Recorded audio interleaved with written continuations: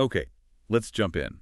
Welcome to the deep dive, where we take these huge, complex histories and really try to get to the heart of what's going on. And today we're doing something pretty radical. We're not just looking at history, we're sort of challenging the entire foundation of how we're taught to understand the American story. It's based on sources that, they force you to throw out that simple, clean narrative of progress. Exactly. The source material for this deep dive is, well, it's deliberately provocative. Our mission here is to explore history not from the top down, not from the perspective of presidents and generals, but from the bottom up, through the eyes of those Howard Zinn called the excluded and the oppressed. Right. It's about looking at those fierce conflicts of interest that are usually hidden. We're asking what happens when you refuse to accept the official memory of states as your own. And when you do that, you start to see a very different picture. You really do. You start identifying the victims and the executioners, and suddenly you see this continuous thread connecting things that seem totally separate, like colonial conquest and, say, a 20th century political crisis. It's all about power and resistance. So to set the tone, let's start with one very specific, very jarring story. It gets right to the core of this whole perspective. We go back to the very beginning, 1492. The mythical starting point. Right. And the first man to officially sight land in the Bahamas was a sailor named Rodrigo. For this, he was promised a lifetime pension of 10,000 maravedis. I mean, this is a life-changing amount of money for a common sailor. A huge reward. But he never got it. Columbus stepped in and claimed that he had seen a faint light the evening before. A claim that was, let's be honest, probably a lie. Almost certainly a lie. And with that, he took the pension for himself. So the history of the Americas, according to this narrative, literally begins with a powerful man cheating a working man out of his reward. It all starts with a lie about money. That one story, that lie, it just perfectly frames everything we're about to get into. Who gets the credit, who gets the wealth, and whose story gets completely erased. Exactly. Let's start digging. Part 1. The Foundations of Conflict. We begin with that first encounter, Columbus and the indigenous Arawak people. And Columbus's own log describes them, as incredibly welcoming. Arawak men and women, naked and friendly, swimming out to greet these bizarre ships, bringing food, water, gifts. And it's so important to understand what their society was like before this moment. It was fundamentally different. They lived in village communes. They had this really developed agriculture, corn, yams, cassava. But no iron, no work animals. None, which tells you their society wasn't built around, warfare or heavy industry. It suggests a focus on community, on mutual aid. But Columbus didn't see virtue in that openness. No. He saw weakness. And he saw one other thing that changed everything. The tiny gold ornaments they wore in their ears. That was it? That little glimmer of gold sealed their fate. From his base in Haiti, all Columbus could think about was dividends for Spain. He had to justify this whole venture. And when the big gold fields didn't immediately appear, his strategy shifted. Fast. How fast are we talking? I mean, shockingly fast. Yeah. By 1495, just a few years after arrival, they launch a massive slave raid. They just rounded up 1,500 Arawak men, women, and children. And the details of what happened next they're crucial to understanding the dehumanization that was at play here. They are. Of those 1,500, they selected the best 500 to be packed onto ships. 200 of them died on the way to Spain. Just on the journey over. Just on the journey. And the archdeacon who saw them arrive in Spain wrote that they showed no more embarrassment than animals. The process of stripping away their dignity was intentional and complete. And Columbus himself, he wasn't shy about the motive. Not at all. He wrote, and this is a direct quote, "Let us in the name of the Holy Trinity go on sending all the slaves that can be sold." It's not about exploration. It's not about conversion. It's a business plan. So all this gold, all this silver that was eventually plundered, did it actually make Spain a richer country for the average person? That's the great irony, isn't it? So, no, absolutely not. The sources are clear on this. This massive flood of stolen wealth didn't enrich the Spanish people. It caused what's described as a deadly inflation. So the price of everything just skyrockets. Everything. The result was a starving population. The rich got much, much richer, and the poor got poorer. The plunder that was meant to build an empire ended up destabilizing the home country. It's a powerful lesson. And this whole narrative challenges that default assumption that European society was just better. We have these counterexamples, right? Like the Iroquois, who had a remarkably advanced social structure. The Iroquois system is fascinating because it was, in many ways, more egalitarian than anything in Europe at the time. Power was actually shared between the sexes. How so? Well, women controlled agriculture. They controlled the village affairs. And this is the key part. Because they supplied the food and moccasins for war parties, they had huge influence over military matters. They could essentially veto a war by withholding supplies. The whole European idea of male dominance just wasn't there. And that extended to other parts of their society, like justice and raising children. Completely. Children were taught independence and sharing, not obedience and hierarchy. And their justice system, it wasn't about jails and punishments. It relied on shame and social pressure. The goal was for the person to recognize their mistake and sort of morally purify themselves. Which is a world away from the European system of courts, juries, police. An entire apparatus of coercion, exactly. And we should also be clear, this wasn't just true in the Americas. The African context, which was later used to justify slavery, was also incredibly advanced. Right, they weren't primitive societies. Not even close. You had civilizations with iron tools, large urban centers like Timbuktu, sophisticated art and commerce. European travelers in the 1500s wrote about how impressed they were. The primitive narrative was a justification created later to excuse the violence. Okay, so that brings us to the next phase. If the conquest of the Arawaks was about gold, the mass enslavement of millions of black people was driven by a different economic engine. A much bigger one, the plantation system. The sources are insistent that this wasn't about some natural racial hierarchy. It was purely about economics. They needed a massive, permanent, cheap labor force. And white indentured servants just weren't cutting it. They weren't a stable enough solution. Too many died, and the ones who survived their term of service expected freedom and land. That created turnover and instability. Racialized hereditary slavery was the brutal solution to that labor problem. And the demographic shift was just staggering. In Virginia, in 1700, slaves were about 1/12 of the population. But by 1763, just 60 years later, they were half the population. 170,000 people.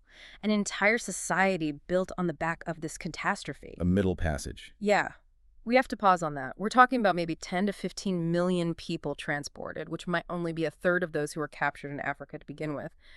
The conditions, packed into spaces sometimes only 18 inches high, chained, the stench, the suffocation, it was an industrial process of dehumanization. And yet, even in the face of that, resistance was constant. Always, from the very beginning. On the plantations, you had the everyday stuff sabotage, slowdowns, running away, but you also had organized insurrections, like the one in New York in 1712. What happened there? A group of rebels set a building on fire and then attacked the slave owners who came to put it out.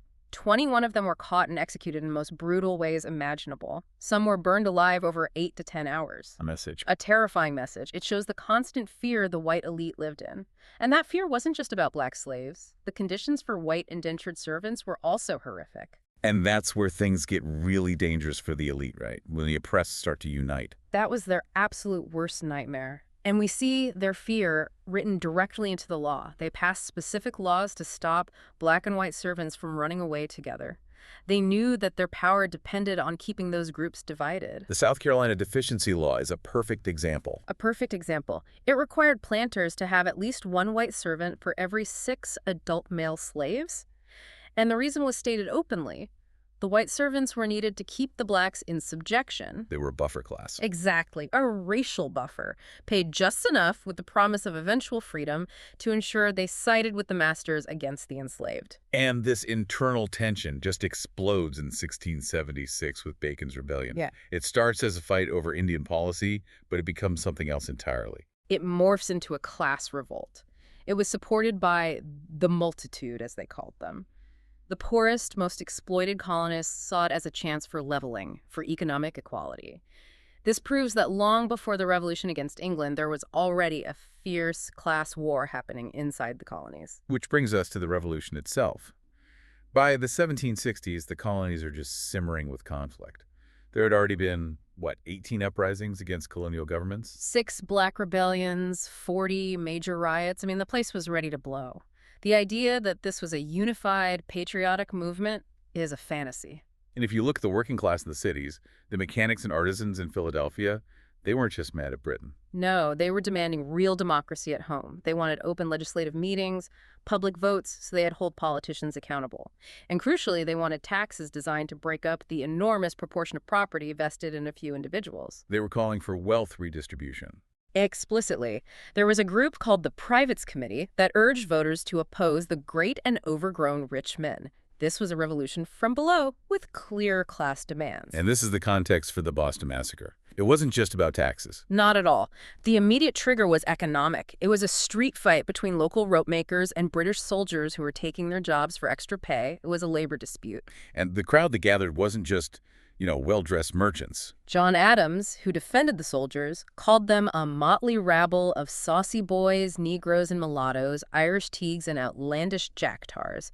It was a multiracial crowd of the working poor, desperate people. So the great challenge for the colonial elite, the founding fathers, was how to manage all this anger. How do you take this rage, which is aimed at all rich people, including them, and redirect it exclusively at England? They needed an incredibly powerful story, and Thomas Paine's Common Sense gave it to them. It was written in simple, accessible language that anyone could understand. It gave them a clear villain, King George, and a unifying identity, Americans. It was a brilliant piece of political maneuvering. But the Declaration of Independence itself reveals the limits of that unity. It really does. All men are created equal is a beautiful, powerful phrase, but it clearly didn't apply to women, and it definitely didn't apply to slaves or Native Americans. In fact, a whole passage condemning the slave trade was taken out. It was. And the final version condemns the king for stirring up domestic insurrections amongst us, meaning slave revolts, and for bringing on the merciless Indian savages. So the founding document of American freedom is, at the same time, a document that protects slavery and justifies the conquest of native land. And after the war is won, does anything fundamentally change for the average person? Not really. About 10% of the white population still own nearly half the wealth. The structure of inequality remained. So what did they do with all the land they confiscated from the loyalists who fled? That's where the strategy comes in. The revolutionary leaders used it to enrich themselves and their friends, of course. But they were smart. They also parceled out just enough land to small farmers to create a broad base of support for the new government. The middle-class buffer again. The buffer. Give a large enough group of people a small stake in the system, and they will defend that system against the truly dispossessed. It's a pattern we see again and again. So the revolution ends up being more of a power struggle between two sets of elites. That's what the sources suggest. A struggle for office and power. And after it's all over, there are actually more indentured servants than before the war. The system of bondage, white and black, was still firmly in place. The limits of that revolution became clear almost immediately with Shays' Rebellion. Right. You have farmers, many of them veterans who just fought for freedom, now having their farms seized by the courts because they can't pay their debts. So they did what they just learned to do. They took up arms. They did. And their core idea was radical. They argued that the property they all fought to protect should be the common property of all. They were challenging the very basis of the new economic order. And how did the new establishment react? Samuel Adams, the revolutionary hero. He said they should be executed. The man who dares rebel against the laws of a republic ought to suffer death. It shows you how quickly a revolutionary becomes the guardian of the status quo once they're in power. And the Constitution is written in the shadow of this fear, the fear of too much democracy. Absolutely. The Constitution was designed by the elite to create a system of national control.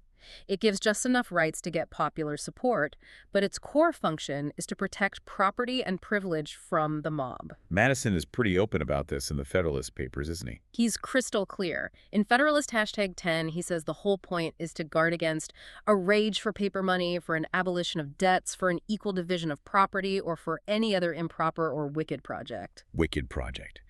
Yeah. The system is explicitly designed to frustrate the will of the people if that will threatens the wealthy. And you can see this bias baked into the legal language, like the contract clause. That's a perfect example. It sounds so neutral, right? States can't impair the obligation of contract, but a contract is almost always between unequal parties, a creditor and a debtor, a landlord and a tenant. So the clause always protects the more powerful party. Always. It puts the full force of the government on the side of the privileged. It's not a bug, it's the central feature of the system. And what about the First Amendment? The guarantee of free speech? It was a necessary concession, but it came with a huge catch. The accepted common law of seditious libel, Meaning what? meaning the government couldn't stop you from publishing your criticism, that was prior restraint, but they could absolutely throw you in jail for it after you published it. And the threat of that is an excellent way to keep people quiet. So you have the illusion of free speech, but the reality of control. Okay, that brings us into the 19th century, part two. Systematic oppression and organized resistance. And we start with Andrew Jackson. The era of Jacksonian democracy, the so-called rise of the common man. But his liberal rhetoric had some very clear limits. Very clear. It did not apply to Indians or slaves. And, mainstream historians often just kind of skip over Jackson's Indian policy, but it was considered the leading issue of his administration. And the push for removal wasn't just coming from poor frontiersmen. No, that's the myth. The real forces were industrialization, land speculation, population growth, elite greed. The Cherokees, for instance, they tried everything to assimilate. They created a written language, a constitution. They even owned slaves and welkers' Christianity. They did everything they were told would make them civilized. But none of it mattered. The government wanted their land. So they were given a choice. A completely false choice. Either stay and submit to state laws, which meant losing all your rights and property, or emigrate west of the Mississippi. It was coercion disguised as a treaty. Which led to the Trail of Tears. A forced march of unimaginable brutality. Cholera epidemics, pneumonia. Eyewitnesses describe the trail being marked by the circling buzzards and howling wolves that followed the dying. It was a state-sponsored death march. But as always, there was resistance. The Seminoles in Florida refused to go quietly. They fought a brutal guerrilla war for years, led by figures like Osceola. They proved that conquest was never easy, never inevitable. Every single step was met with a fight. Shifting to the institution of slavery as we approach the Civil War, the system was designed to crush the human spirit, but it never fully succeeded. Never. The culture of enslaved people was one of constant, subtle rebellion. It was preserved in stories and songs, like the one that goes, "We raised a wheat, they give us to corn." It's a perfect, simple articulation of exploitation. And in the North, the abolitionist movement was catching fire, led by free blacks. Figures like David Walker, whose appeal was so radical that Georgia put a $10,000 bounty on his head, and Frederick Douglass, who on the 4th of July just eviscerated the hypocrisy of the nation, asking, "What does your celebration of freedom mean to the American slave?" So when the Civil War comes, Right. what was Lincoln's primary goal, according to these sources? His goal was not to end slavery. His goal was to save the Union. He said it himself in 1862.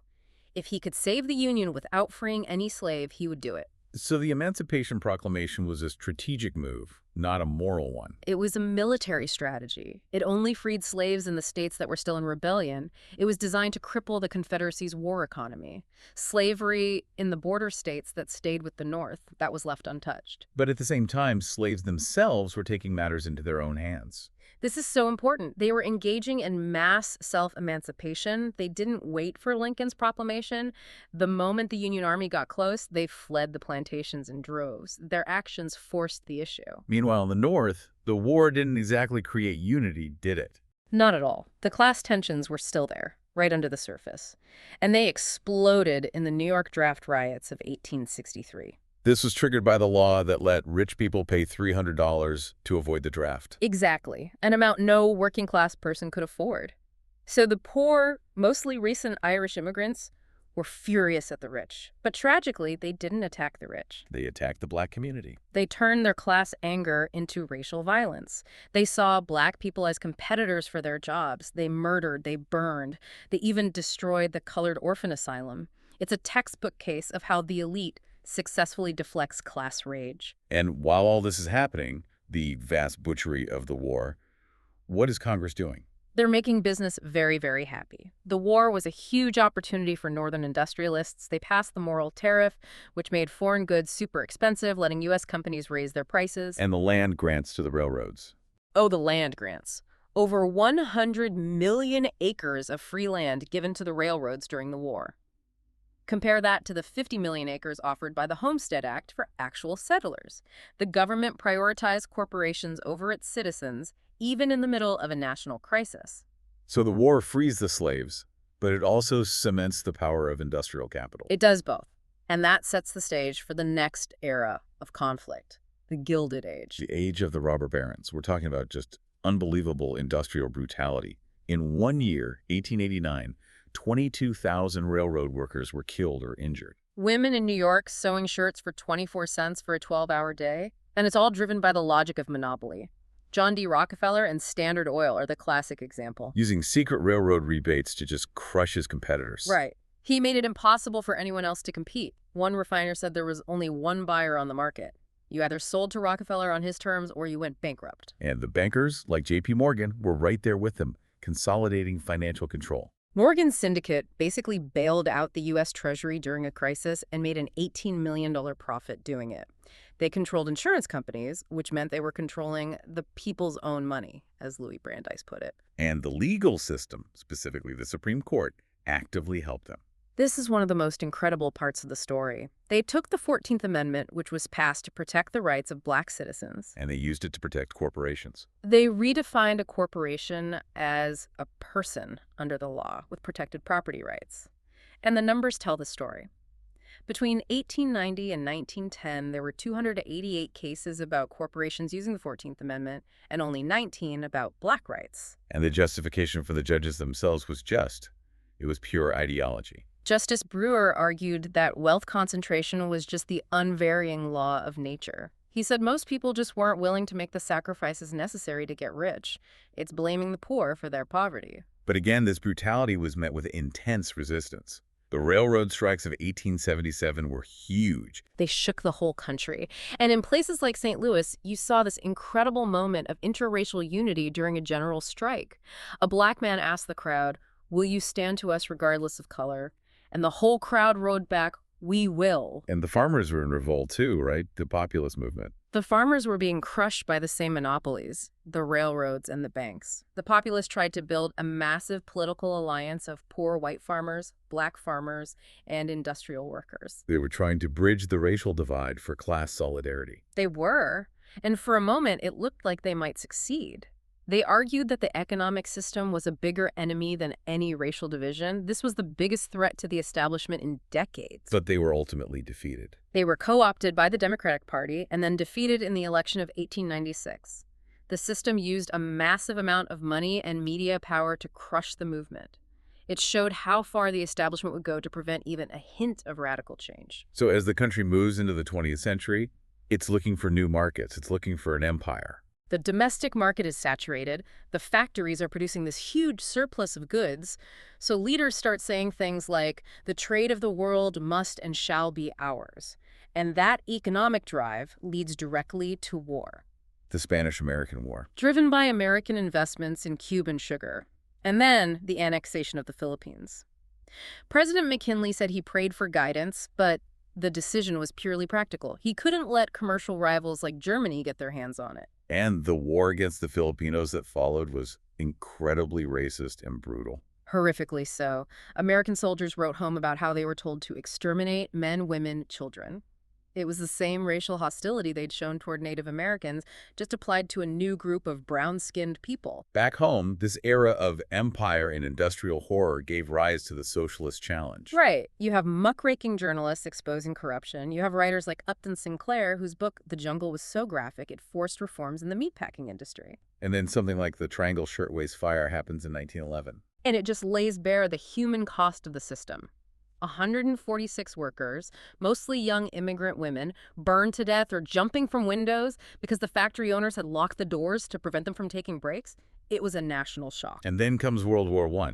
The sources here argue that the war served a domestic purpose. It did. It created what they call an artificial community of interest.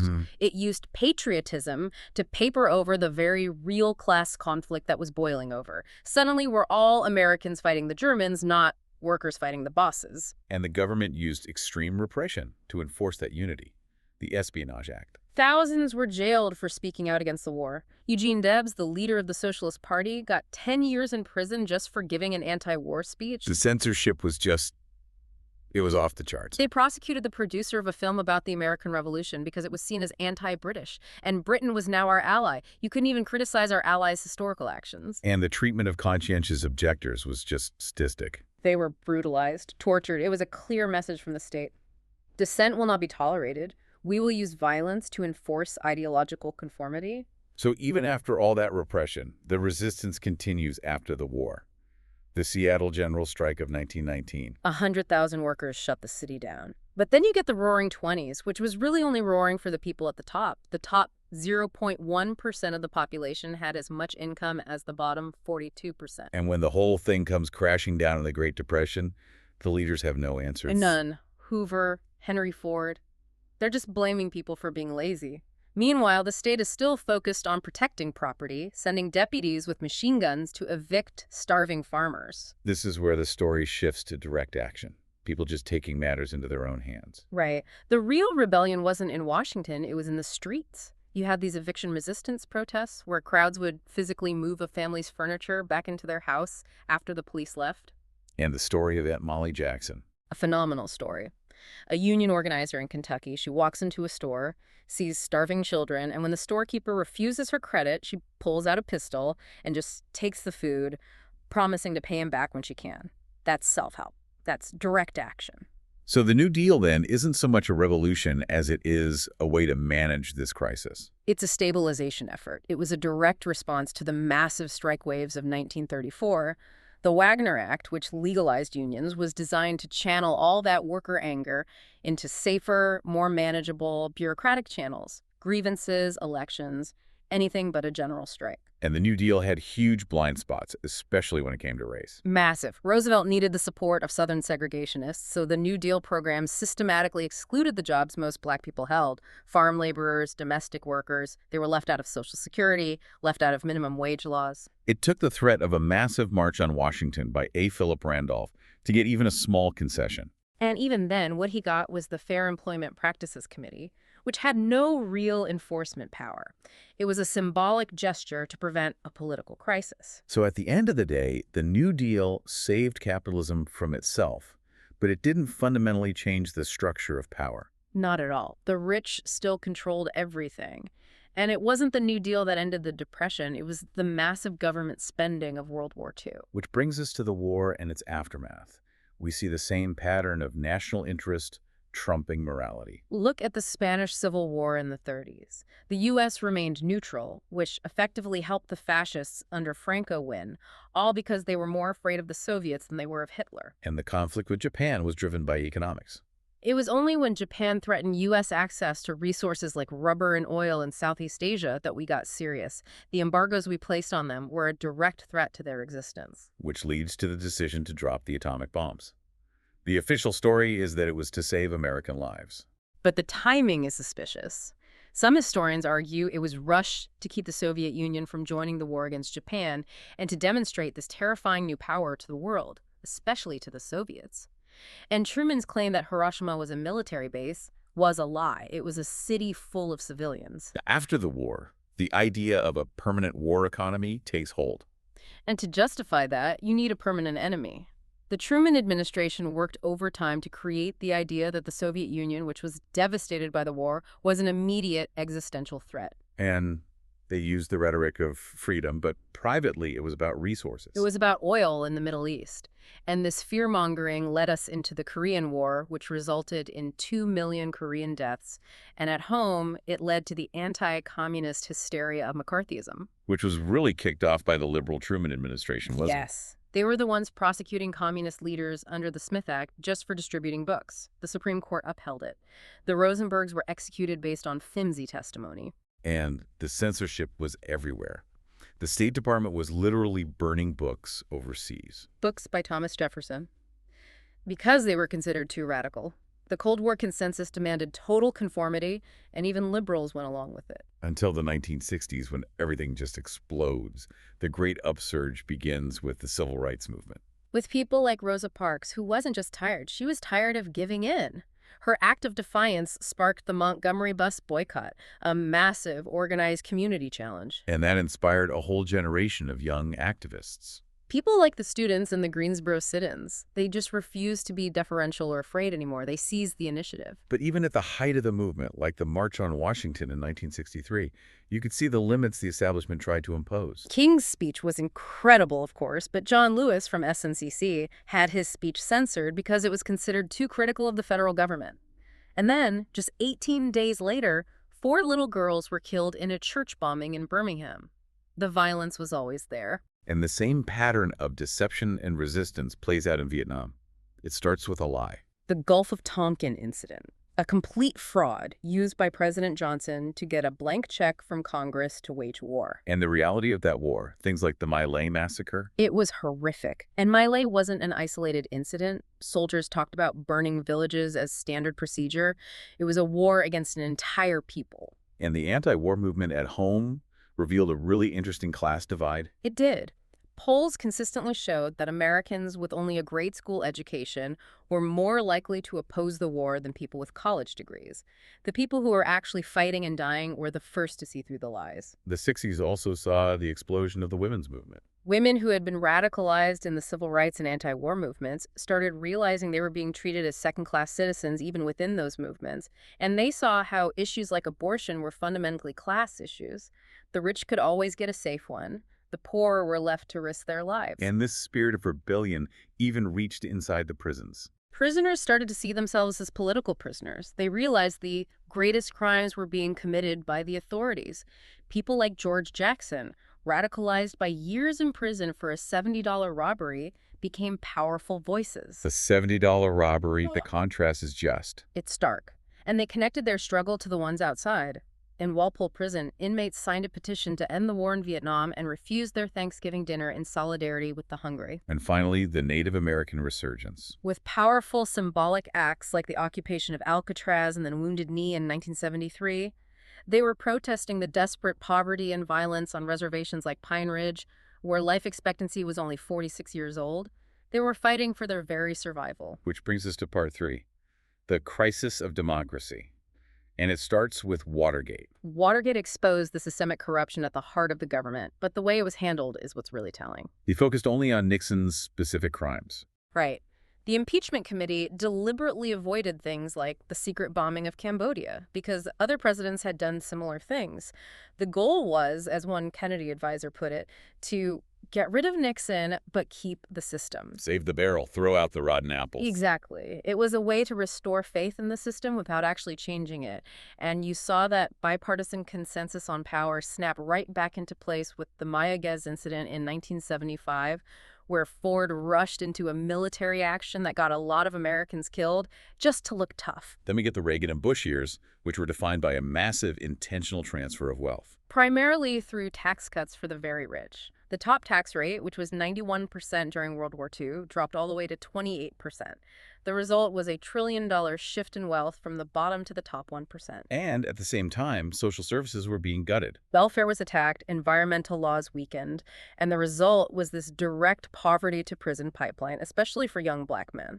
Instead of addressing the root causes of crime, like poverty, we just built more prisons. And the foreign policy was still based on secrecy and plausible denial, like in the Iran-Contra affair. A secret, illegal war against Nicaragua. And when it came out, the system protected the people at the very top. Reagan and Bush were shielded, and the lesser culprits took the fall. It was Watergate all over again. But even in the face of all this, there's what the sources call a permanent adversarial culture. Right. You have the 1991 Gulf War, where the media and the government create this overwhelming consensus for war. The Pentagon had virtual total control of the press. And you get news anchors worrying more about enemy propaganda than about civilians being killed in a marketplace. Exactly. But underneath that official consensus, the resistance was still there. It wasn't always on the news, but it was happening. What kind of movements are we talking about? The anti-nuclear movement in the 80s, which grew so large it actually shifted the national mood.